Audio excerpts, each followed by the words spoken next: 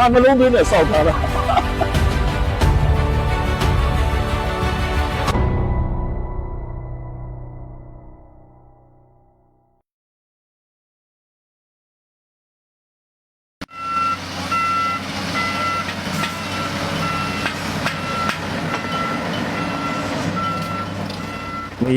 မလုတ်ခင်ညကလက်တုကတညဆိုတာညင်ပေါင်း1000နဲ့ကလာပေါင်း1000နဲ့ကသားတဲ့ညဆိုတဲ့ဟာကိုကျွန်တော်တို့ကညလုံးအီဘာဒတ်လုပ်တယ်ဒွါတောင်းတယ်ကျွန်တော်တို့အားလုံးကိုပြောတယ်ငါတို့ဒီနေ့မင်းတို့လုပ်နေကြတာတွေအလားတော့ဆိုမိနေတယ်မင်းတို့အကြီးကြီးပြဿနာဖြစ်လိမ့်မယ်စကြရာချပြီးဒွါတောင်းနော်အော်လောမအင်နကာအဖူဘွန်တိုးဖူအဖကိုရောရှင်ဒီဧကမုချဘာနာတို့ကိုချမ်းသာပေးတော်မူသောအရှင်ဖြစ်တော်မူပါတယ်ထိုချမ်းသာပေးတော်မူခြင်းကိုလည်းနှစ်သက်တော်မူသောအရှင်ဖြစ်တော်မူပါတယ်ထို့ကြောင့်ကျွန်တော်မျိုးတို့အားလုံးကိုချမ်းသာပေးပါဆိုပြီးကျွန်တော်စကြရာချပြီးလူ900ကျော်နဲ့ကျွန်တော်အဲ့ဒုက္ခတညက်တို့တော့မှညင်လို့ evaluate လုပ်ပြီးကျွန်တော်ဖကြည့်ပြီးတော့အိတ်တဲ့အချိန်မှာကျွန်တော်တို့စိတ်ထဲမှာတောက်စားပလီချိန်တော့ဖြစ်ပြီဆိုတာသိတယ်ကဲငါတော့အေးစစ်သေးပဲနော်ငါအဖွဲ့တွေနဲ့ငါအာသံဆိုတဲ့ချိန်လာဖတ်မှာသူတို့လည်းအေးပြတ်တာအိပ်ပါစေတရားတွေလည်းအရှားကြီးမဟောတော့ဘူးနောက်သူအလွေတော်ကိုတော့ဖတ်မယ်ဆိုပြီးကျွန်တော်ကအိမ်ထဲမှာအေးစစ်နေပါတယ်နော်နေပြီးကျွန်တော်ရေမိုးချိုးပြီးအာသံဆိုသွားတယ်အာသံဆိုပြီးရေချိုးပြီးကျွန်တော်ကရိုဇာနဲ့ရညပင်မထားတာရကဲငါအခန်းထဲတွေငါအေးစစ်စွနတ်ဖတ်မယ်ဆိုပြီးစွနတ်ဖတ်လို့4ရက်ကမှာ2ရကအရာစကြရာထဲမှာခုံးဆိုခုနပြောဟာဘာဖြစ်တာပါလဲဆိုကြည့်တတ်တယ်ဒီမှာအပေါ်လဲကြည့်လိုက်တော့တိုက်ကြီးကခုံးနေတာဂုံဆိုဘလို့ခုံးနေတာဘေးလှုပ်နေတယ်အဲ့မှာကျွန်တော်အလားဆိုကြည့်လိုက်တဲ့အချိန်မှာကျွန်တော်ထုတ်တွေကကျိုးလို့ရှိရင်တိုင်နဲ့ဆက်တဲ့နေရာမှာကျိုးတာအဲ့လိုကျွန်တော်လှမ်းပြီးကြည့်လိုက်တယ်ထုတ်လှမ်းကြည့်ချိန်မှာကျွန်တော်အရင်စောက်တော့ကလည်းဒါငရင်တန်ခေါင်းဆိုစောက်တာအတွက်တုတ်မှာဘာမှမလုပ်တဲ့အချိန်မှာကျွန်တော်လွတ်မြောက်ပြီဆိုတာသိတယ်စိတ်ကတော့လွတ်မြောက်သွားပြီခန္ဓာကိုယ်ကမလွတ်မြောက်သေးဘူးနော်အဲ့မှာကျွန်တော်ထလို့မရဘူးနော်ထလို့မရချိန်မှာကျွန်တော်သားအငယ်ဆုံးလေးမောင်းလာပြီးအဖားရေးဆိုပြီးတခုပြိုကျလာလို့ရှိရင်နော်သူကသူ့ပေါ်ကြောက်အောင်ဆိုကျွန်တော်ပေါ်ကနေသူလမ်းပြီးဖတ်တာပါအကယ်၍ကျွန်တော်များအဲ့ဒီညမှာကျွန်တော်ဒီပလီစီယာတယောက်ဒီတနာကြီးထိုးကန်နေဆိုရှင်အဲ့ဒီညမှာရှိရမယ်ဒါပေမဲ့အလောရှိမြတ်သခင်က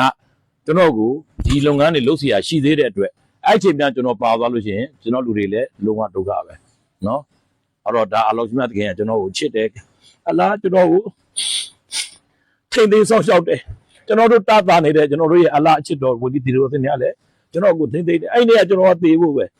နော်အဲ့လိုတော့ကျွန်တော်ဒီတိုင်းကြီးကပြိုပြီးအဲ့ကိုဘာကြီးကကြာလာတာအဲ့ချိန်မှာ3ယောက်ကမြုပ်သွားတာအဲ့တော့အလားကျွန်တော်ကိုကဲမထားဘူးဆိုလို့ရှိရင်ကျွန်တော်အဲ့မှာရှိဆိုကျွန်တော်သေပါဒါပေမဲ့အလားကကျွန်တော်ကိုမင်းအလုပ်တွေလုပ်ရမယ်နော်ဒီနေ့တပြည်လုံးမှာပတ်သက်တဲ့ပလီတွေနဲ့ပတ်သက်တဲ့ကိစ္စအစ္စလာမ်ကိစ္စနော်အခုဖွဲ့ငါးဖွဲ့ရလဲမန်းလေးမှာကျွန်တော်အနာရကဆိုထည့်ထားတယ်နော်ကျွန်တော်ဒါတွေလုံးစရာရှိတဲ့အတွက်အဲ့ဒီနေ့ကကျွန်တော်ဟာအိမ်ထဲမှာပဲအေးချမ်းစွာနဲ့ရှိနေပါတယ်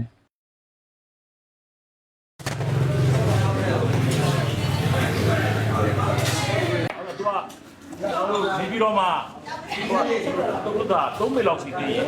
ဟောတန်လုံးတက်တယ်ဘတ်တာဖလိုင်းစတာလေးအဲ့ဒါလေးနဲ့ဆက်တဲ့ဒီမှာငင်းမှာလုံးဝတုတ်မှမလို့တော့နောက်ဒီမှာဖြစ်လာပြီဆိုရင်ကျွန်တော်တို့ကနိုင်ငံမှာဖြစ်မှအဲ့တော့ကျွန်တော်အလာကိုရှုကိုပြုတာဒီကျွန်တော်မိသားစု100ကျော်ရှိတယ်တယောက်မှဘာမှမဖြစ်ဘူးကျွန်တော်ကိုကြီးကိုသားညော့ဦးချဲကြီးနဲ့နော်သူ့ကိုထားခဲ့တယ်လူတွေပြနောက်မှပြန်သေးတယ်အဲ့ဒါမဲ့သူ့ရဲ့နေရာမှာအုတ်တိုင်းကမပြုတ်ဘူးအဲ့မှာပါတော့ကျွန်တော်အလာနာမည်ရဲ့ကိုရောမြတ်နာမတော်ရဲ့ပัญจတန်5ပါးမောလာလီဖာတီမာတင်မာအီမာဆန်အီမောင်ဆန်အဲ့ဒီဟာကြီးကျွန်တော်တို့ပြုတ်ထားတာအဲ့ဒီအုတ်တိုင်းကကြာမပြုတ်ဘူးပြိုရင်ကျွန်တော်ကိုကြီးကဝီချဲနဲ့အဲ့ဒီအောင်မှာပြီးပြီနော်ကျွန်တော်အကိုရဲ့နေဝင်းအောင်ရဲ့အိမ်ကသူကကွန်ကရစ်မိုးကအောက်ကိုပြုတ်ကြတယ်သူက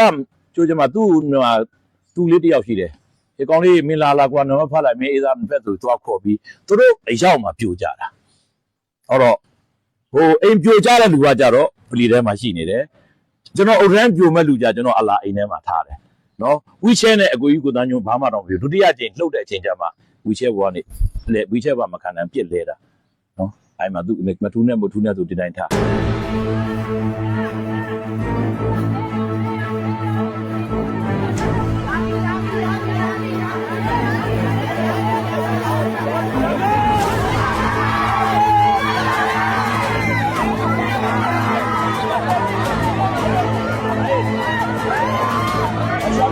Muhammad أشهد أن محمد رسول الله حي على الصلاة حي على الصلاة حي على الفلاح حي على الفلاح حي على الرحمن حي على الرحمن حي على الرحيم حي على الرحيم الله أكبر الله أكبر لا إله ကျွန်တော်ယုံကြည်ချက်ကကိုရမြတ်ကိုအလောရှင်မြတ်တခင်ကဝေါလောရဆုမကမင်နနာစ်လူသားများရဲ့အားလုံးရာတူချင်းနဲ့ဘေးဗလာတွေကနေငါဆောင်းချောက်တယ်ဆိုရအရတော်ရငါဘာလို့လုပ်နေတာတော့ငါကိုတော့ကြိုက်တယ်လားဆိုလုပ်နေတာဖြစ်တဲ့အတွက် best struggle မှာမှကျွန်တော်တုံလို့တဲ့ခြောက်ကြတယ်ဆိုတာမရှိဘူးเนาะအော်ကျွန်တော်ဒုတိယကြိမ်လှုပ်တော့လဲကျွန်တော်ပလီထဲမှာသွားပြီးလှုပ်တယ်ကျွန်တော်ပြန်ထွက်လာတယ်ပြန်ထွက်လာတဲ့မှာကျွန်တော်စိတ်ထဲမှာဘာဖြစ်လဲဆိုရင်ကျွန်တော်ပေါင်းခြင်းမှာလဲကျွန်တော်မိသားစုကအကုန်လုံးဒီနားလေးမှာပန်းချန်ရှိတယ်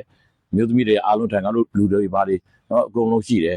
အဲ့မှာကျွန်တော်စိတ်ထဲမှာငါတို့နမဖတ်မှာမနေ့ကတညာလုံးအီဘာဒါလုပ်ထားတာအခုရိုဇာနဲ့နောက်ဆုံးခုရဘာဖတ်မှာနော်အဲ့နမဖတ်မယ်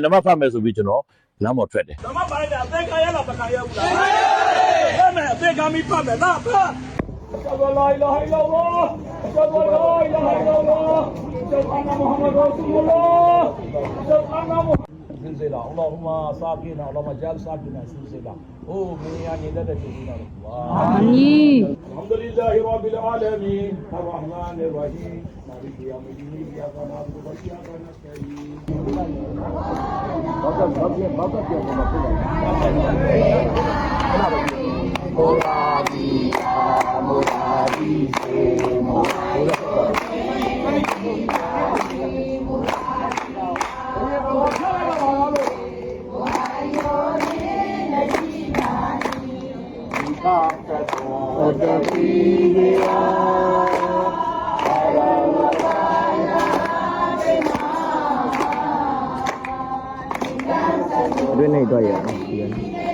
ကျွန်တော်ကနမဖတ်ပြီးတော့ကျွန်တော်ဆလာဒုဝါတော့မတောင်းသေးဘူးကျွန်တော်စိတ်ထဲမှာကျွန်တော်ဘိုးဆိုထွက်လာတာဘိုးသွားမယ်အဲ့ဒါကျွန်တော်ကဘာလဲဆိုလို့ချင်းဒီဘိုးမှာလူတွေများတာရဲ့နော်ဒီလိုရှေးဟောင်းကဟိုဘက်ကသူတို့မိမဆောင်ကြီးရှိတာရဲ့ဘာလဲဆိုတော့ကျွန်တော်စိတ်ထဲမှာဘိုးပူပန်ပါကြမှာဘာကဘိုးကျွန်တော်သွားမယ်ဆိုလို့တဲ့ချိန်မှာဘိုးမှာလည်းအနေငယ်ဖြစ်တယ်ဆိုတဲ့သတင်းကြားတယ်အဲ့လိုကြားတဲ့ချိန်မှာကျွန်တော်ဒီဘာနဲ့မပါဘူးငါဘိုးသွားမယ်ဆိုပြီးကျွန်တော်ပြေးတယ်ဒီတဲ့ချိန်မှာကျွန်တော်တောင်ပူရီယာမိတ်ဆွေတွေကတခင်လေးငရင်မညုံသေးပါဘူးမသွားပါနဲ့မကျွန်တော်သွားမယ်ဆိုပြီးကျွန်တော်အဲ့ဒီချိန်မှာကျွန်တော်သားတွေတူတွေကျွန်တော်ကပြေးလိုက်လာ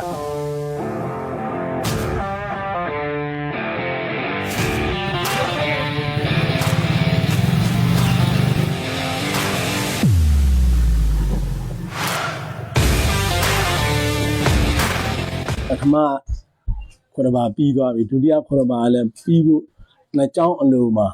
လူတွေအားလုံးကနေပြီးတော့ရုပ်သေးဖြစ်လာတဲ့အချိန်မှာကျွန်တော်ပထမခေါ်ဘာခုံပေါ်မှာရှိတဲ့ပုံမှာမရင်လောက်တာမသိသေးဘူးအဲ့မှာလူတွေဘာကြောင့်ဒီလိုပြေးနေတာလဲဆိုတဲ့အချိန်မှာနောက်ဆုံးမိကြတော့အားလုံးတယောက်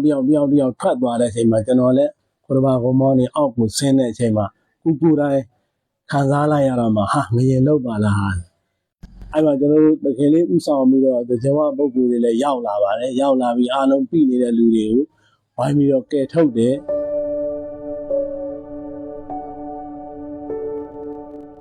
တာရီသာရာကြီးကလည်းကျိုးသွားပြီဖြတ်လို့မရတော့ဘူးဆိုတာနဲ့ကျွန်တော်တို့အဲ့ဒီကရှည်နဲ့ဘိုးကူပါတယ်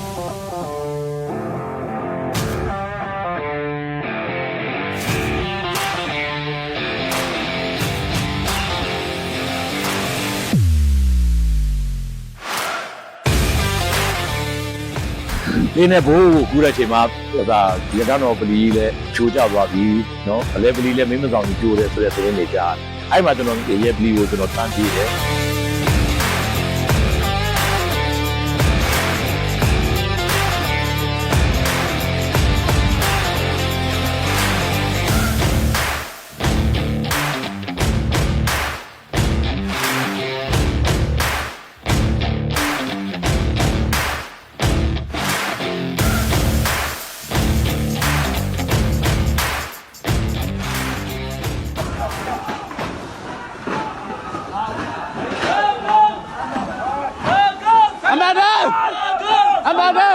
Yagan! Amagan! Yagan! Amagan! Yagan! Amagan! Yagan! Amagan! Mayu ye! Mayu! Tumi ada ya, bahan ibu bala, bahan lo nabi, balabi. Mayu tumi le.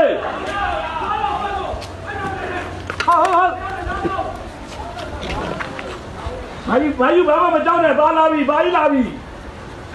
Mayu jalan eh. Okay. Jalan. Amagan. ကျွန်တော်တို့မြို့သားဂျမားအကကြတော့ဘာဖြစ်လို့မဆုံးရှုံးရတာလဲဆိုရင်တခင်လေးကဦးအရင်တော့ကကျွန်တော်နှစ်ထပ်ပလီကြီးပေါ့အဲ့နှစ်ထပ်ပလီကြီးကအနည်းရှိနေတဲ့အပေါ်မှာတခင်လေးကပေါ့ပေါ့ပါပါဖြစ်အောင်လို့ဟောကြီးပုံစံနဲ့လှုပ်ပြီးတော့အပေါ်မှာကျွန်တော်တို့ကဘာလုံးနဲ့ပေါ့တန်ထောက်တွေပါတယ်ညာလေးနဲ့လှုပ်လိုက်တဲ့အပေါ်မှာကျွန်တော်တို့မြို့သားတွေအားလုံးကတော်တော်ကိုအသက်မသေးဘဲနဲ့ဘေးကင်းအောင်ရသွားပါတယ်တကယ်လို့ကတခင်အဲ့လိုလုံမပေးထားဘူးဆိုရင်အမျိုးသားတွေကလည်းဒီနှစ်ထပ်နဲ့ပြီးပြီးတော့ဒီဂျမားအလုံးကိုကုန်သွားမှာဖြစ်ပါတယ်အားကြောင့်တခင်လည်းအများကြီးကျေးဇူးတင်ပါတယ်အလားဘကအတီးပေးမှုနဲ့တခင်ကဒီလိုယောက်ျားတွေအမျိုးသားတွေလည်းမသိအောင်လို့လုပ်တယ်နောက်တစ်ခုကမြို့သမီးဂျမားလည်းဒီဘက်နားလေးကိုဖတ်ဖို့ပြောတယ်ဒါပေမဲ့မြို့သမီးတွေကလည်းဒီဘက်နားကိုသူတို့ကမလာခြင်းဘူးအဲ့တမယိုးကြဖတ်တဲ့နေရာပဲသူတို့ကဖတ်ရှင်နေတဲ့အပေါ်မှာသူတို့ရဲ့အသက်ကိုအလားလဲတတ်မှတ်ထားလို့ပေါ့ဗျာအားကြောင့်မလို့ဒီလိုအရေးအတွက်များများအားလုံးချာတဲ့ခံယူသွားတာဖြစ်ပါတယ်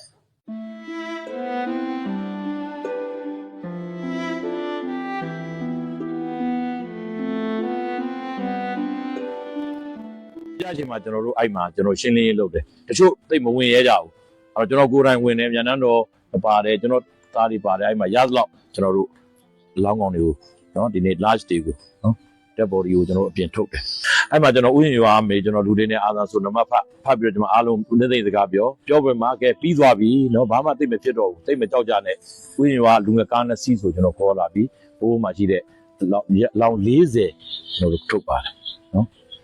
အဲ့ဒါထုတ်တဲ့အချိန်မှာကျွန်တော်ဒီနားမှာရှိနေငါတို့တာဝန်ကဒါတွေရဲ့ရေချိုးစရာမလိုတော့ရှေးဒီတွေရှိတဲ့ကဖန်နဲ့ထုတ်နော်ပြီးရင်ကျွန်းတူးဖို့လှုပ်ဆိုပြီးတော့ကျွန်တော်ဘက်ဖိုးတောင်းတာဘက်ဖိုးမရတော့ကျွန်တော်တို့ဝိထိုစာကြီးနဲ့ဟိုကျင်းကိုတူးရတာနော်ခေါ်တဲ့ကျင်းကပါတော့ပုံစံမျိုးပေါ့နော်အဲ့တော့တချို့လူတွေနဲ့သွားတူးတာရှိတယ်တယောက်တစ်ချင်းနော်အဲ့ဒါပြီးတော့ကြတော့ကျွန်တော်တို့ဒီ9ယောက်တစ်ချင်းချရတာတွေရှိတယ်ကျွန်တော်ပြောတော့မှမင်းလုံးနဲ့ဆုံးသွားတယ်ဆုံးမသွားတဲ့လူတယောက်ကိုအပြင်ကိုထုတ်ပြီးတော့မှာပဲနောက်ထပ်လုတ်တဲ့ငလျင်တန်ကြောင့်မလို့မိမဆောင်ရဲ့အပေါ်နန်တောင်ကကျွန်တော်ကိုပြီးသွားတယ်နန်တောင်ကကျွန်တော်အပေါ်မှာပြီးသွားတဲ့အချိန်မှာကျွန်တော်သတိမလစ်သေးဘူးမလစ်သေးဘဲနဲ့ကျွန်တော်အသက်ရှိနေသေးတယ်ကျွန်တော်ကိုကယ်ပေးပါဆိုပြီးကျွန်တော်အော်မိတယ်အော်မိတဲ့အချိန်မှာအဲ့မှာဟို50ရောက်လောက်ကျွန်တော်ပြီးနေတဲ့ဟာကိုမှားပြီးတော့ဖယ်ပေးကြတယ်ဒါပေမဲ့မဖယ်နိုင်ဘူးမမနိုင်ဘူးပေါ့ပြီးနေတဲ့ဟာလူတွေကြီးတော့ကျွန်တော်50ရောက်လောက်မှားတာဟုတ်မရဘူးမရဘဲနဲ့နောက်ပိုင်းကျတော့ကောင်လေးတယောက်ကကျွန်တော်ကိုဒီဆက်လုတ်နေတဲ့အချိန်မှာပဲထားခဲ့တော့လူပြောတာဟုတ်အဲ့ကောင်လေးကမထားခဲ့ဘဲနဲ့ကျွန်တော်ဒီရင်ဘက်အောက်ကိုခဲတွေဆွဲနှုတ်တော့ကျွန်တော်5ခဲလောက်ရတဲ့အချိန်မှာကျွန်တော်တိုးထွက်နိုင်တယ်ကျွန်တော်လက်ရှိကြံနေတဲ့ခွန်အားနဲ့လည်းကျွန်တော်ယုံပြီးတော့ဟာကျွန်တော်တိုးပြီးတော့ထွက်လာခဲ့တယ်ထွက်လာပြီးနောက်ပိုင်းကျတော့ကျွန်တော်လည်းတတိလည်းမရှိတော့ဘူး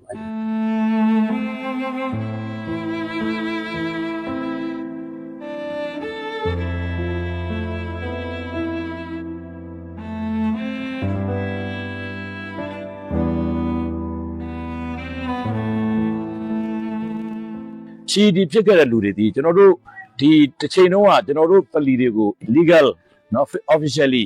နော် legally officially တရားဝင်ပလီပြင်ခွင့်စောက်ခွင့်ဆိုတော့မပေးခဲ့ဘူးမြန်မာနိုင်ငံရဲ့ဥပဒေနော်မပေးခဲ့ဘူးအခုအဲ့ဒီအရင်ကြောင့်ကျွန်တော်တို့ဒီဟာတွေကို officially legally နော်တရားဝင်ပါမစ်ကျွန်တော်ပေးဖို့ဖြစ်လာလိမ့်မယ်နော်ဒဏ်ရာရသွားတဲ့လူတွေကျွန်တော်ပျက်စီးသွားတဲ့လူတွေတဲ့အလောရှင်များသခင်ကအကောင်းဆုံးပြန်လုပ်ပေးပါနော်အဲ့ဒါကြောင့်မလို့ကျွန်တော်တို့ဟာဒီအရင်ကြီးတွေကျွန်တော်တို့ယဉ်နီးခဲ့ရတယ်အဲ့ဒီအတွက်ကျွန်တော်တို့အလောရှင်များသခင်ကမြောင်များစွာသောတိုးပွားတဲ့အစားများစွာကျွန်တော်တို့အလောရှင်များသခင်ပေးဖို့ကျွန်တော်မျှော်လင့်ပါတယ် ခံနိုင်ဘူးဘိုက်ခွဲပြစစ်ကျင်တယ်စိတ်ထဲမှာဘလို့မှမခံနိုင်ဘူးဒါပေမဲ့သမီးတယောက်တည်းတော့မဟုတ်ပါကျမတို့ဒီတတိကဝင်နေအားလုံးပါသွားတဲ့အချိန်မှာစိတ်ထဲမှာဘလို့မှကိုမထိန်နိုင်တအားကိုအောင်ငိုလိုက်ရှင်လားစိတ်ထဲထိန်တာတော့ကျမတို့တကယ်လည်းအတူတူခရီးတွေပါနေပွာလာနေရတော့တပွဲတည်းဆိုတော့မျက်စိထဲမှာမြင်ပြီးမအိမ်နိုင်မစားနိုင်တာမျက်စိထဲမြင်ပြီးငိုချင်းကြီးချင်းတာအဲ့လိုမျိုးတစ်ခါတလေတယောက်တည်းနေခဲ့တယ်ဆိုရင်ဒါအောင်ငိုလိုက်ရှင်ဒါကျွန်တော်တို့တက်တာမှာဘယ်တော့မှမေ့လို့လည်းရမှာမဟုတ်ဘူးနော်ဒီဖြစ်ပျက်ကြီးကိုရှုံသွားတဲ့ကျွန်တော်တို့တားရင်းဆွေမျိုးတွေညီမဝင်းငွေတွေဟဲ့လားကျွန်တော်တို့ရွာသူရွာသားကျွန်တော်တို့ဂိုင်းဝင်တင်းဝင်တခြားပြည်လည်းဒီလိုတွေအများကြီးထိခိုက်နေတာမှုတွေရှိတယ်ပေါ့ဒါပေမဲ့မဖြေတာပါဘူးစိတ်ကိုမနေပဲအချိန်မြင့်ဖြေတောင်ကြိုးစားပြီးဖြေနေရတာပဲရှိ ကျွန်တော်တို့ဒီအိတ်ချက်ချင်းကိုအုံးမဲ့သွတ်ပြီးခုတ်တဲ့လမ်းစဉ်အဲ့ဒီဟာလမ်းစဉ်ကငရင်လို့တဲ့ချိန်မှာပျောက်သွားတယ်ဆရာတော်တွေကြွလာတယ်နော်ခရစ်ယာန်မနီလာတယ်ကျွန်တော်တို့တော့ဆန်ဒရာလူမီနော် CEO နော်ကိုနေဝင်းလာပြီးကျွန်တော်တို့ဒီနေ့စဉ်လာတော့ MC လာပြီးကလေးတွေကိုအားပေးစကားပြောတယ်လာထိုင်တဲ့လူကိုဘယ်နှတောင်းပေးတယ်ဒီနေ့ကိုလူ50 60နေ့စဉ်လာလုပ်ပေးနေတယ်အဲ့တော့ဒီငရင်ကြီးလောက်တာဒီကျွန်တော်တို့အမြတ်ကပါလို့ဆို we are one အဲ့တော့ဒီအတူတူပဲမြန်မာနိုင်ငံသားတွေပဲနော်ဥဒ္ဓမောင်သားကျွန်တော်300ကိုရောနာရှင်နဲ့လက်ပေးလိုက်တယ်ကိုသိန်းဝင်းအောင်ဒါခင်ဗျဗုဒ္ဓဘာသာတွေလည်းပေးပြီဘာလို့တော့ဆရာတော်တွေကပလီစောက်ဖို့ဆိုပြီးအလူငွေပါတယ်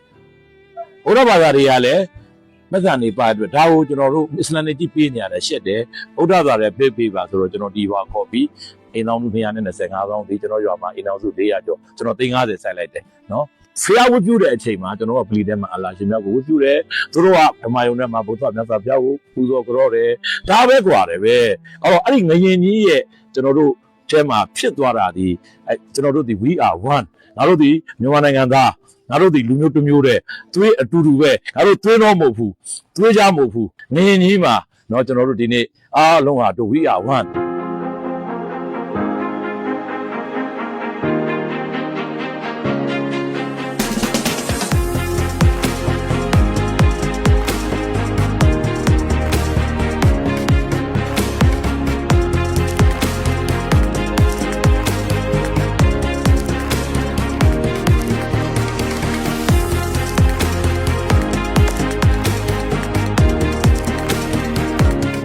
ခဲတွေကတော့အများကြီးတွေ့ရလိမ့်မယ်။ဘာလို့လဲဆိုလို့ရှိရင်ကျွန်တော်တို့တဖြည်းဖြည်းအထက်ကပြောလိုက်တာတဖြည်းဖြည်းတစ်ချက်ကတာကတစ်စစ်ကြခါကတစ်စစ်ကြမဟာကတစ်စစ်ကြရကတစ်စစ်ကြဆိုတော့ကျွန်တော်တို့ကဟိုလှုပ်ကိုမရတော့ဘူးလက်ထိတ်ကြီးတွေခတ်တဲ့ပုံစံမျိုးဖြစ်နေမှာအဲ့ဒီအခြေအနေမျိုးကျွန်တော်တို့ရောက်နေတယ်နော်ဒါအဲ့ဒါကြောင့်မလို့ကျွန်တော်တို့ဒီဥစ္စာတွေကိုဟာသူကြည့်လိုက်တယ်ဟာဒါရှိတယ်ဟာဒီမြေမှာဒီလိုစောက်တာကြီးမြန်မြန်စောက်အဲ့ဒါမျိုးတွေကိုကျွန်တော်ဖြစ်စေချင်ပါတယ်ဒီဘာသာဘောင်းဆောင်ရဲ့အဆောက်အဦများဒီသူ့တိုးတက်လာတဲ့ခေတ်နဲ့အညီတိုးတက်လာတဲ့လူဦးရေနဲ့အညီအဲ့လိုလှလှပပတတ်ရနောက်ငရင်တွေမှာအားလုံးမပြတ်စည်းအောင်ကြည်ဝန်းစောက်ဖို့ဆိုတဲ့ဆန္ဒကိုကျွန်တော်အားလုံးရဲ့ကိုယ်စားကျွန်တော်တောင်းဆိုပါတယ်ဒီထက်မှာရေကြီးလဲအတူတူမီးလောင်လဲအတူတူငရင်လှုပ်လဲအတူတူအဲ့လှုပ်တဲ့အချိန်မှာလဲမြစ်တာတွေနဲ့ဟိုဘလိုအပ်တာတွေကပို့ရှာလာကျွေးမွေးနေကြတာတွေအတူတူဆိုတဲ့အကြောင်းကိုယူရရင်းနဲ့ကျွန်တော်တို့ရဲ့ပန်းတိုင်ကိုကျွန်တော်သွားကြဖို့အားလုံးကိုကျွန်တော်မေတ္တာရပ်ခံညီကိုတွေအားလုံးကိုကျွန်တော်ခြေတော့ကြိုက်ပြီးကျွန်တော်အားလုံးကိုခါတော်ဝပြုပြီးပြောဆိုရပါတယ်ခင်ဗျာ